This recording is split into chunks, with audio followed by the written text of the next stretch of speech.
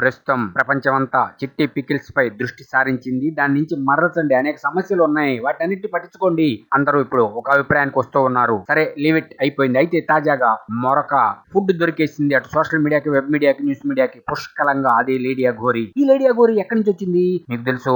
సికింద్రాబాద్ లో అమ్మవారి గుడిలో అమ్మవారిని కాలుతో తన్నాడు ఒక అతను. ఆ ఇష్యూని డైవర్ట్ చేయడానికే ఈమె రంగంలోకి దిగిందని చాలా మంది అభిప్రాయపడ్డారు. ఆ ఇష్యూని అట్లా డైవర్ట్ చేసేసింది. అదే విధంగా ఇప్పుడు ఆమె యొక్క ఆస్తులు, ప్రభాస్, రెబల్ స్టార్ ప్రభాస్ ఇంటి పక్కనే ఆమెకి విల్లా ఉందిట. వామ్మో, అది 8 కోట్లు చేస్తుందిట. ఎవరో కాదు, ఆమె తీసుకెళ్లిన వర్షిని తల్లిదండ్రులే చెబుతున్నారు. ఇంకా ఆమెకు ఒక ఆఫర్ కూడా ఇచ్చిందిట. మీకు 3 కోట్లు ఇస్తాను, మిమ్మల్ని నాకు ఇచ్చేయండి, నేను పెళ్లి చేసుకుంటాను, అది ఇది అని. అసలు ఇదేంది, అఘోరీలు ఎలా చేస్తారా? కానీ ఇక్కడే అసలు పాయింట్ ని అందరూ మిస్ అవుతున్నారు. ఏంటంటే ఆమె నిజంగా అఘోరీనా కాదనా చూడాలి. అసలు అఘోరీ దీక్ష ఎవరి దగ్గర తీసుకుంది? కాశీలో అఘోరీ ఆశ్రమాలు ఉంటాయి, వాళ్ళ దగ్గర తీసుకుందా? లేకపోతే ఇది కావాలని నటన, లేకపోతే అలా వేషం వేసుకుని తిరుగుతుందా, జనాల్ని డైవర్ట్ చేస్తుందా ఇష్యూల నుంచి అనేది చూడాలి. అసలు ఈమెని ఎవరు ప్రవేశపెట్టారు, ఈమె ఎక్కడ, ఆమె ఏంటి పరిస్థితి అనేది చూస్తే అందరికి అర్థమైపోతుంది. కానీ ఒక్క విషయం మాత్రం వాస్తవం, ఆ రోజు ఉన్న అటెన్షన్ ని డైవర్ట్ చేసి సికింద్రాబాద్ లో ఉన్న అమ్మవారి విగ్రహాన్ని ఎవరో ఒక అతను కాలుతో తన్ని అపవిత్రం చేస్తే ఆ ఇష్యూని డైవర్ట్ చేయడానికి, అటెన్షన్ అంతా ఈమె మీదకి తిప్పుకోవడానికి ఎంటర్ అయింది అన్నది మాత్రం కన్ఫామ్. ఆమె ఇప్పుడు